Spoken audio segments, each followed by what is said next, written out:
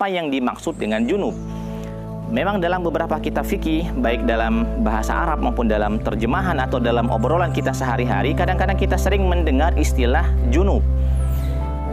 Sebenarnya apa makna junub itu? Sebenarnya kata junub ini adalah istilah yang juga dipakai oleh Al-Quran. Misalnya ketika Allah Subhanahu wa Ta'ala berfirman di dalam surat Al-Maidah, wa in kuntum junuban fattahharu, jika kamu dalam keadaan junub maka bersucilah.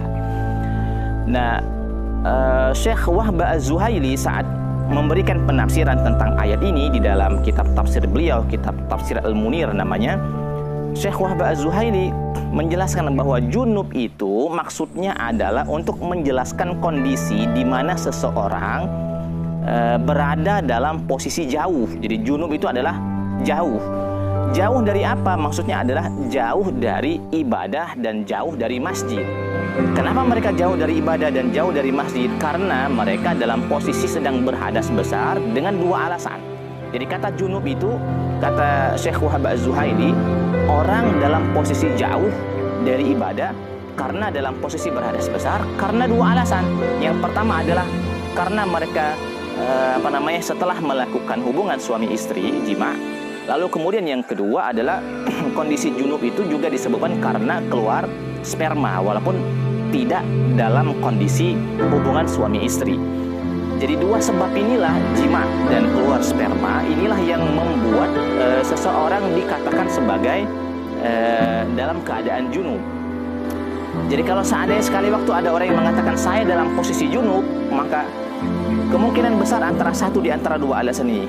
Yang pertama, dia belum bersuci karena setelah berhubungan suami istri, atau kemudian yang kedua dia belum bersuci karena karena tersebab setelah keluar sperma dari dia dengan sebab yang mungkin tidak kita ketahui tentunya gitu ya. Kalau seandainya alasan lain karena haid atau nifas, apakah boleh disebut dengan junub? Wallahu a'lam bishawab. Sepertinya kurang tepat kalau seandainya kita menyebutkan kondisi itu juga disebut dengan kondisi junub, walaupun sama-sama berhadas besar. Karena kata junub itu sesungguhnya untuk menunjukkan seseorang berhadas besar karena dua sebab tadi. Nah, kalau haid dan nifas bolehlah kita sebut sebagai dalam keadaan berhadas besar secara umum gitu kan, karena alasannya adalah haid dan nifas. Nah, kemudian balik lagi ke ayat Al-Quran tadi yang menyebutkan wa in kuntum junuban fattahharu. Kalau kamu dalam keadaan junub dan kamu mau melakukan aktivitas ibadah, harus khususnya adalah ibadah ritual, maka kata Allah Subhanahu wa Ta'ala fattahharu, bersucilah. Caranya adalah dengan melaksanakan ibadah ritual mandi wajib.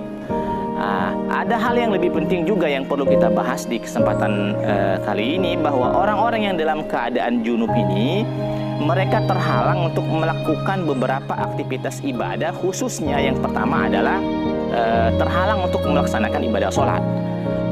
Jadi Rasulullah SAW mengatakan la tuqbalu sholatun bi ghairi tahur.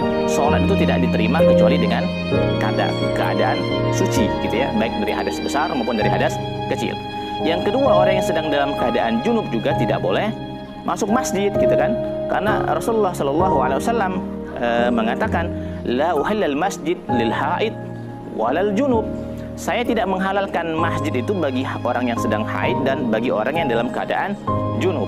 Lalu kemudian yang ketiga yang juga tidak boleh dilakukan oleh orang yang sedang dalam keadaan junub adalah mashul mushaf, memegang Al-Quran secara langsung. Allah Subhanahu wa Ta'ala berfirman, dan ini adalah pendapat mayoritas ulama yang mengatakan bahwa orang yang dalam keadaan junub itu tidak boleh memegang Al-Quran. Allah Subhanahu wa Ta'ala sekali lagi berfirman, la yamassuhu illal mutahharu. Jadi Al-Quran itu tidak boleh disentuh kecuali oleh orang-orang yang dalam keadaan suci. Berikutnya adalah juga tidak boleh melaksanakan atau membaca Al-Quran. Sengaja membaca Al-Quran itu juga tidak boleh dilakukan oleh orang yang sedang dalam keadaan berhadas besar. Dan ini menurut mayoritas ulama gitu kan. Karena Rasulullah SAW bersabda, la taqra al-haid walal junub syai'an minal Quran. Orang yang sedang dalam keadaan haid dan orang yang sedang dalam keadaan junub itu tidak boleh membaca Al-Quran. Dan yang terakhir, orang yang sedang dalam keadaan junub itu tidak boleh bertawaf gitu kan, karena sejatinya tawaf itu sama dengan sholat. Kata Rasulullah Shallallahu Alaihi Wasallam, innamat tawafu bil baiti sholatun, sesungguhnya tawaf di seputaran Ka'bah itu seperti sholat. Illa annallaha ahalla fihil kalam, cuma bedanya Allah Subhanahu wa Ta'ala membolehkan orang berbicara saat tawaf, berbeda dengan sholat. Jadi demikian, mudah-mudahan bisa dipahami. Wallahu a'lam bishawab.